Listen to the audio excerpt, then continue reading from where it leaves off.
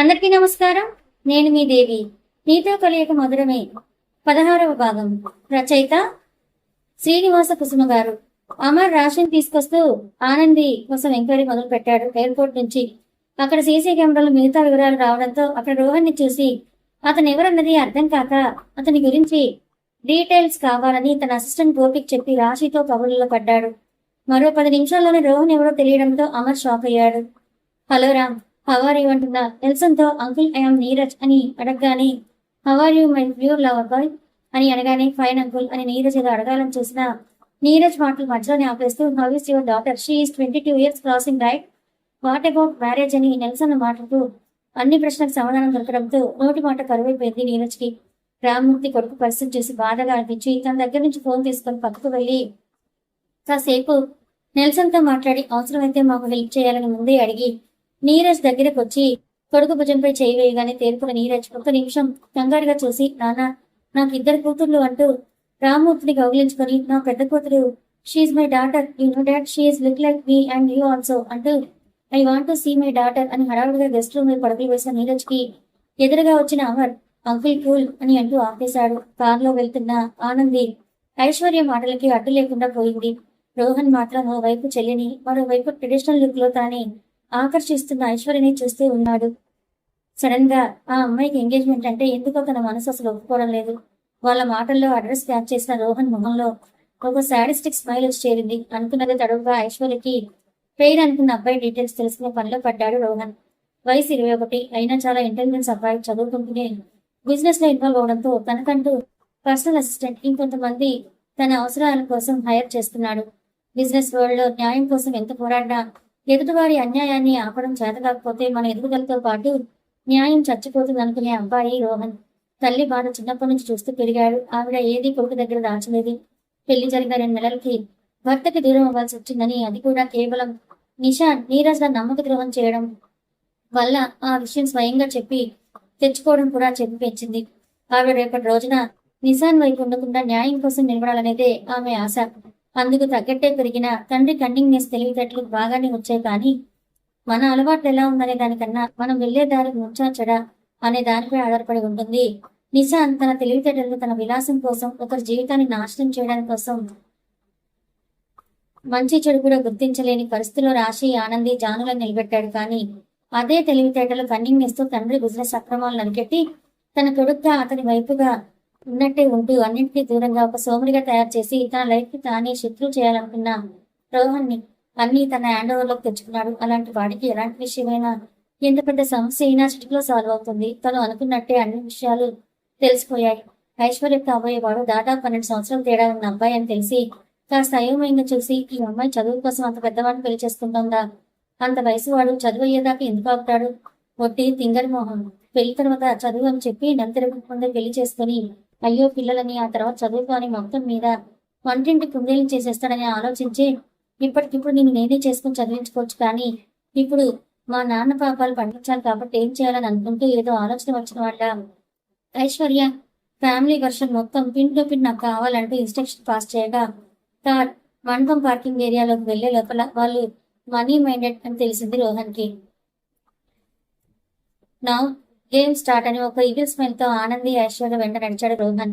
ఐష్ అవేవి ఆలోచన లేకుండా మాటల్లో మునిగి పోగా డ్రైవర్ కి సైగ చేసి కార్ దిగి కార్ చుట్టూ మిగతా కార్స్ పార్కింగ్ చేయించి ఆనంది ఐషు మాటల నుంచి బయటపడ్డా కార్ నుంచి బయటికి రాలేరనుకుంటూ నేరుగా కళ్యాణం మండపం మీదకి పెళ్లి కొడుకు వస్తాడు. అనుకునే టైంకి పెళ్లి కొడుకు కనిపించకపోవడంతో ఆ మండపం అంతా ఒక్కసారిగా సౌండ్ పొల్యూషన్ తో నిండిపోయింది. జనాలు వారి నోటికి అడ్డు ఏది లేకుండా అందుకే ఏది పడితే అది మాట్లాడుతూ పెళ్లి కూతురి క్యారెక్టర్ కూడా ఇంచేదాకా ప్రచారం అవ్వడంతో అయోమయంలో పడ్డ వీరాస్వామికి తన 2వ కూతురు కూడా కనిపించట్లేదని ఎంగేజ్మెంట్ కోసం వచ్చిన వాళ్ళకు తెలియడంతో ఏం అర్థం కాక బొమ్మలా నిలబడిపోయాడు. మరోవైపు రోహన్ అసిస్టెంట్ కి ఏం అర్థం అవ్వలేదు. పెళ్లి కూతురి వయసు కన్నా అతను 2 ఏళ్లే పెద్దవాడు. అలాంటిది ఈ పెళ్లి ఎందుకు ఆపాలనుకుంటూ గుండె పద్దలు కొట్టుకుంటున్న చరణ్తో ఇప్పుడు నీకు బంపర్ ఆఫర్ ఇస్తా, ఏమంటావు అని అడుగుతున్న రోహన్ వింతగా చూస్తూ ఏం సార్ అది అని అడిగిన చరణ్కి నీకు పెళ్లి వయసు అని పట్టున నీ అత్తకి షాక్ ఇచ్చే పని అని అన్నాడు రోహన్. ఏం అర్థం కాక చూస్తున్న చరణ్ తీసుకెళ్లి పెళ్లి మండపంపై నిలబెట్టి దయచేసి అందరూ శాంతించండి, ఈ పెళ్లి జరిపే బాధ్యత నాది, ఒకవేళ వీరస్వామి గారు నాకు మాటిస్తే అని గ్యాప్ ఇచ్చాడు. అందరూ తన వైపే ఏం చెప్తాడని చూస్తుంటే వీరాస్వామి గారు రెండో కూతురు నాకు ఇచ్చి పెళ్లి చేస్తే ఇప్పటికిప్పుడు ఈ పెళ్లితో పాటు వాళ్ళ బిజినెస్ లో నేను ఇన్వెస్ట్ చేసి ఆ బిజినెస్ ని నా హ్యాండ్ ఓవర్ లో సక్సెస్ చేస్తాం. దీనికి వీరాస్వామి గారు ఒప్పుకుంటే ఇప్పుడే మా రెండు పెళ్లిళ్ళు జరుగుతాయి, లేదంటే లేదు అని చెప్పే ముందు వైపు ఉన్న రోలో కూర్చున్నాడు రోహన్. అతని మాటలు కాసేపు ఆలోచించి అలాగే అంటూ వీరాస్వామి ముందుకొచ్చి పెళ్లి కూతురు పీటలపై కూర్చోబెట్టాడు. చరణ్ని సైన్ చేయగానే విషయం అర్థమై ఆ అమ్మాయితో 10 నిమిషాలు మాట్లాడి టైం తీసుకున్నాడు చరణ్. పీటల మీద పెళ్లి అయిపోతే ఎలా అనుకుంటే వీరాస్వామి కూడా అభ్యంతరం చెప్పలేదు.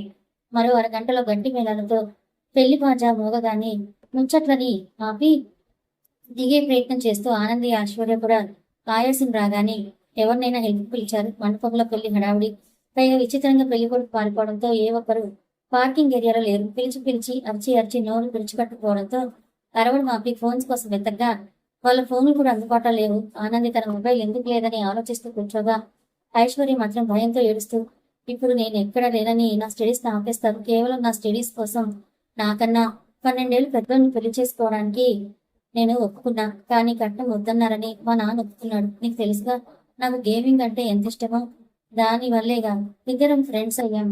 ఆ గేమింగ్ కి వచ్చిన డబ్బులు మాత్రమే ఆయనకే ఇవ్వాలంట. నిజంగా మా నాన్నకు మా పిన్ని అంటే, మా అక్క తమ్ముడు అంటే ఉన్న ఇష్టం నా మీద లేదని ఏడుస్తున్న ఐశ్వర్యని కామ్ చేస్తూ చుట్టూ ఉన్న వెహికల్స్ ని ఎవరైనా వస్తారేమో అని చూస్తూ ఉంది. అప్పుడే అక్కడ పక్కనే ఉన్న వెహికల్ తీయడంతో వీళ్ళ డోర్ని తీసుకుని బయటకు వచ్చి మండపం వైపు అడుగులు వేశారు. ఎంత బీభత్సం అవుతుందో, ఎప్పట్లా నాన్న తిట్టి పిన్ని కొట్టి తమ్ముడు చీదరించుకొని అక్క బలగంగా తింటుందేమో అని ఊహించుకున్న ఐశ్వర్యకి ఎదురుగా మొహం మార్చుకొని పక్కనే ఉన్న పెళ్లి కొడుకు వైపు కోపంగా చూస్తున్న అక్క పెళ్లి ఎలాగోలాగా జరిగిందని కాస్త మౌనంగా నిలబడిన నాన్న కోపం తిరిగిపోతున్న ఐశ్వర్య దగ్గరికి రాకుండా దూరంగా ఉంటుంది. నోట్లో కొనుక్కుంటున్న పిన్ని ఎవరు ఎడిపోతే నాకేంటని పక్కకొచ్చి కాక పడుతూ, అక్క నువ్వు చాలా బాగున్నావు, బావగారు చాలా బాగున్నారు, కాస్త క్రాష్ పార్టీలో ఉన్నారు, నాకు బయట కొనిపించి ఓకేనా అంటూ మాట్లాడుతున్న తమ్ముని చూసి ఏమవుతుందో అర్థం కాక చూస్తున్న ఐశ్వర్యకి ఆనంద్ దగ్గరికి వచ్చి రోహన్ మాట్లాడడం వినిపించి తలతొప్పి చేసింది. పదరా, నా లైఫ్ లో కొత్త పర్సన్ ఏంటి జరుగుతుంది, అది నీ చేతుల మీదుగా జరగాలిరా అని అంటూ మీ వదిలి తీసుకో స్టేజ్ మీదకి రా అని ఆనంద్కి అర్థమయ్యేలా చెప్పి స్టేజ్ ఎక్కాడు రోహన్. ఆనంద్కి ఫుల్ సినిమా అర్థమై పద అంటూ ఐశ్వర్యం తీసుకుని స్టేజ్ ఎక్కి తన చేతే ఎంగేజ్మెంట్ రింగ్స్ ఇచ్చి అయోమయంగా చూస్తున్న ఐశ్వర్యతో నీ లైఫ్ ని కాపాడిన రోహన్ కి ఇకపై నీ లైఫ్ లో పార్ట్నర్షిప్ ఉంటుంది, ఇప్పుడు నీ లైఫ్ చాలా సేఫ్, నన్ను నమ్ము అని ఐశ్వర్య చేతిని తానే రోహన్ అందించింది ఆనంది చిన్న స్మైల్ తో. ఆనందిని చూసి ఐశ్వర్య కళలోకి ఒక్క నిమిషం చూసి రింగ్ పెట్టి ఆమె చేతిని కిస్ చేశాడు రోహన్. జల్లుమన్న ఫీలింగ్ తో వెనక్కి తిరిగిన ఐశ్వర్య చేతిలో ఒక రింగ్ పెట్టి పెట్టు అని చెప్పిన ఆనంద్ వైపు ఒకసారి రోహన్ వైపు ఒకసారి చూసి ముందుకు పెట్టిన రోహన్ చేతికి రింగ్ పెట్టేసింది. రోహన్ చిన్న నవ్వుతో ఐశ్వర్య ఆనందుల చుట్టూ చేవేసి చెల్లెలిగా ఆనంద్పై బాధ్యతగా ఐశ్వర్యపై తనది అనే హక్కు చూపిస్తూ ఫొటోస్ కి స్టిల్స్ ఇచ్చాడు రోహన్. ఆనంది ఐశ్వర్యతో పాటు చూసే వారికి కూడా ఆ డిఫరెన్స్ కనబడుతుంటే ఐశ్వర్యకి తన స్థానం ఏంటనేది అర్థమైపోయింది. ఇదంతా లైవ్ గా చూస్తున్న లోహిత సంతోషంగా చూస్తూ ఆ వేడుకను ఎంజాయ్ చేస్తోంది. అసిస్టెంట్ ఏదో చెప్పి అక్కడి నుంచి కిందకు దిగి ఆనందిని ఐశ్వర్యని కూర్చోపెట్టి వెయిట్ అని చెప్పి పక్కకు వెళ్ళాడు రోహన్. అక్కడే అందరికీ కూడా విందు వినోదాలు ఏర్పాటు చేయడంతో బంధువులంతా జరిగిన వాటిని చర్చించుకుంటూ ఏదోలా పెళ్ళైతే ఆగిపోలేదులే, చిన్న కూతుర్ని ఎప్పుడు ఆడుకోసుకునేవారు, ఇప్పుడు ఆ అమ్మాయి వల్లే ఇప్పుడు వాళ్ళ పరువు నిలబడింది అనుకుంటూ వాళ్ళలో వాళ్ళు మాట్లాడుకుంటూ ఆ అమ్మాయి జీవితం కూడా ఒక గాట పడినట్టే, కానీ ఇలా కాకుండా డైరెక్ట్ గా పెళ్ళైతే బాగుండేది. ఆ గుంటనక్క కన్న కూతురైనా ఏమాత్రం అక్కర చూపించలేదు ఆ పిల్ల మీద, పైగా కొంచెం సంతోషంగా ఉన్న ఓర్వలేడు, ఇప్పుడు మాత్రం గోతులు తవ్వడం ఏంటి అని అంటూ మాట్లాడుకుంటూ భోజనాలు ముగించుకొని ఫోటోస్ దిగి వెళ్ళిపోదామని మండపం వైపు అడుగులు వేశారు. కానీ మండపంలో జరిగిన మార్పులు చూసి ఒక్కసారిగా వాళ్ళకి వేరే చోటుకు వెళ్ళిపోయామా అన్నట్టుగా చూస్తున్నారు. అందరికీ ఒక అనౌన్స్మెంట్ వినిపించి అందరూ పిన్ డ్రాప్ సైలెంట్ అయిపోయి కూర్చున్నారు. ఆఖరికి చిన్నపిల్లలు కూడా అక్కడి లైటింగ్ కి చూస్తూ పైనుంచి పడుతున్న బెల్లుల్ని పట్టుకుని ఆడుకుంటున్నారు. మరో 5 నిమిషాల్లో రిజిస్టర్ వచ్చి ఇద్దరికి ఒక బుక్ ఇచ్చి సైన్ చేయమని చెప్పడంతో అప్పటికేదో ట్రాన్స్ఫర్ ఉన్నట్టు జరిగేది ఏది అయినా తనకి పట్టనట్టు కేవలం చెప్పింగ్ చేసే ఒక దొంగల చేసిపోయింది ఐశ్వర్య. దండలు మార్చుకొని అందరితో మాట్లాడుతూ మా పెళ్లి చాలా సింపుల్ గా చిటుకులా అయిపోయింది, కానీ ఇంతమంది మధ్యలో జరిగింది. నా గురించి సెల్ఫ్ ఇంట్రడక్షన్ అవసరం ఎంతైనా ఉంది, ఒక ఆడపిల్ల విషయంలో జాగ్రత్త అవసరం కదా అంటూ కాస్త గొంతు పెంచి నా పేరు రోహన్ అని చెప్పి ఆనంద్ వైపు చూసి చిన్న మౌనం తర్వాత నా ఫాదర్ పేరు నీరజ్ దీక్షిత్, మదర్ నేమ్ లోహిత చెప్తూ మారుతున్న ఆనంది ఫీలింగ్ ని చూస్తూ ఆనందిని దగ్గరికి తీసుకొని తన చుట్టూ చేతులు వేసి తన నా సిస్టర్ ఆనంది దీక్షిత్, అని చెప్పి అండ్ మా తాతగారు రామ్మూర్తి దీక్షిత్ గారు సొసైటీలో మంచి పలుకుబడి ఉన్న వ్యక్తులు. సో ఎలాంటి దిగులు పడక్కర్లేదు. ఇంకా ఇక్కడ న్యూస్ అన్ని ఛానళ్లు టెలికాస్ట్ చేస్తున్నారు కాబట్టి ఎలాంటి భయం అవసరం లేదని చెప్పి మా పేరెంట్స్ మా కోసం ఎదురు చూస్తూ ఉంటారు కాబట్టి మీరందరూ మీ ముందు నక్షత్రంతో మమ్మల్ని నా చెల్లెల్ని దీవించగలరు అని రెండు చేతులు జోడించడంతో అందరూ ముచ్చటగా జంటను చూస్తూ వర్షంలా అక్షింతలని చల్లి మనస్ఫూర్తిగా దీవిస్తూ వెళ్ళిపోయారు. అప్పటికే పెళ్లి అయిన జంట వైపు చూసిన రోహన్ చరణ్ కంగ్రాట్స్ చెప్పి అతను కూడా విష్ చేయడంతో థ్యాంక్స్ చెప్పి సార్ ఏం ఆర్డర్ చేస్తున్నారో తెలియక ఇన్స్ట్రక్షన్స్ కోసం రోహన్ వైపు చూశాడు. రోహన్ ఒకే ఒక్క నిమిషం ఆలోచించి చరణ్ నీకు 4 days లీవ్ ఇస్తున్నా అండ్ ఇంకో గంటలో కార్ వస్తుంది, మీకు ఇల్లు అన్ని ఏర్పాట్లు అక్కడ మీకు కావాల్సినవి కూడా ఉంటాయి. ఈ అమ్మాయి గురించి నీకన్నా ఎక్కువ ఎవరికి తెలియదు. సో ఆ అమ్మాయి పట్ల సున్నితం అక్కర్లేదు. సో మ్యారీడ్ లైఫ్ స్టార్ట్ చేసేది. అలాగే ఒక ఇండియన్ గర్ల్ పెళ్లి తర్వాత చేయవలసిన అన్ని బాధ్యతలు అమ్మాయికి చెప్పి అలాగే 5 రోజులు బాగా ఎంజాయ్ చేయి అండ్ కొంతమందికి హెల్ప్ చేస్తే ప్రేమ పెరుగుద్ది, కానీ కొంతమందికి హెల్ప్ చేస్తే ప్రేమ బదులు బద్దకం అండ్ కుట్రలు చేసే టైం దొరికి మన లైఫ్ తో పాటు ఎదురుల లైఫ్ పాడు చేస్తారు. నేను చెప్పింది నీకు అర్థమైందని అనుకుంటున్నా అన్న రోహన్తో అర్థమైంది సార్. నా భార్యతో నేను భర్త నడుచుకుంటూ నా గౌరవం తమ గౌరవం నిలబెట్టుకుని ఎంతలో ఉంచాల్సినవి అంతలోనే ఉంచేస్తాం అని చెప్పి చిన్న స్మైల్ చేశాడు చరణ్. ఆనందికి మైండ్ బ్లాక్ అయి అలా చూస్తూ ఆలోచిస్తూ కూర్చుండిపోయింది. ఆమెను చూసి ఆమె వైపు అడుగులు వేశాడు రోహన్. రోహన్ ముందుకు వెళ్లడంతో ఐశ్వర్య కూడా అతనితో కదిలింది. నాపై నమ్మకం ఉంచు అని ఒకే ఒక మాట చెప్పి అక్కడ వాతావరణాన్ని క్లియర్ చేసి ముగ్గురు అక్కడి నుంచి కదిలారు. కానీ వారికి కూడా తెలియని విషయం ఏంటంటే అక్కడే వాళ్ళని గమనిస్తూ ఒకరున్నారని. సెక్యూరిటీ పరంగా వచ్చిన ఇన్ఫర్మేషన్ వల్ల ఏ ప్రాబ్లం లేదనుకున్నాడు, కానీ ఆ సెక్యూరిటీ వేరే వారి హ్యాండ్ ఓవర్ లో ఉన్నాడని అతను ఊహించలేకపోయాడు రోహన్. తన దృష్టి మొత్తం నిషాన్ మీద నుంచి ఇక్కడ అతని మూవ్మెంట్ మీద అతని ఫుల్ ఫోకస్ ఉంది. రోహన్, ఆనంది, ఐశ్వర్య ముగ్గురి మధ్య ఒక నిశ్శబ్దం ఆవరించింది. ఆ సైలెన్స్ ని బ్రేక్ చేయడానికి వాళ్ళిద్దరిని ఒక నిర్మానుష్యపు ప్లేస్ కి తీసుకెళ్లాడు రోహన్. అక్కడ వెళ్లడం ఆనంది మాటలు ప్రశ్నలు ఒక తుఫాన్లో విరుచుకుపడ్డాయి. ఆమెను శాంతపరిచి ముందుగా చెప్పనందుకు సారీ చెప్పి ఇప్పుడు చెప్పకపోతే నువ్వు అపార్థం చేసుకునే ఛాన్స్ ఉంది, సో అన్ని విషయాలు చెప్తాను విను అంటూ చెప్పడం మొదలు పెట్టాడు రోహన్. తన తల్లి నీరజ్ ని పెళ్లి చేసుకోవడం భగ్న ప్రేమికు రావడంతో అతను బయటికి వెళ్ళిపోవడం, అదే అతనిగా నీచంగా నిషాన్ ఆమెను సొంతం చేసుకోవడం, నీరజ్ ఎదురుపడ్డాక అతని మాటల్లో నిజం తెలిసి ఆమె మూర్ఖంగా ఒక చేతిలో మోసపోయానని చెప్పుకోలేక అతని నుంచి దూరం అవ్వడం, ఇదే జరిగిన విషయం. నిషాన్ తన స్వార్థంతో ఆమె ఉన్న రోజుల్లో అలవాటు పడ్డ శరీరానికి ఆమెను ఎక్కడికి వెళ్ళినా తెచ్చేసుకోవడం, ఒప్పుకునే వరకు హింసించడం, ఆమె గర్భవతి అవ్వడంతో వేరే ఆప్షన్ లేక లొంగిపోవడం అన్నీ చెప్పుకొచ్చిన రోహన్.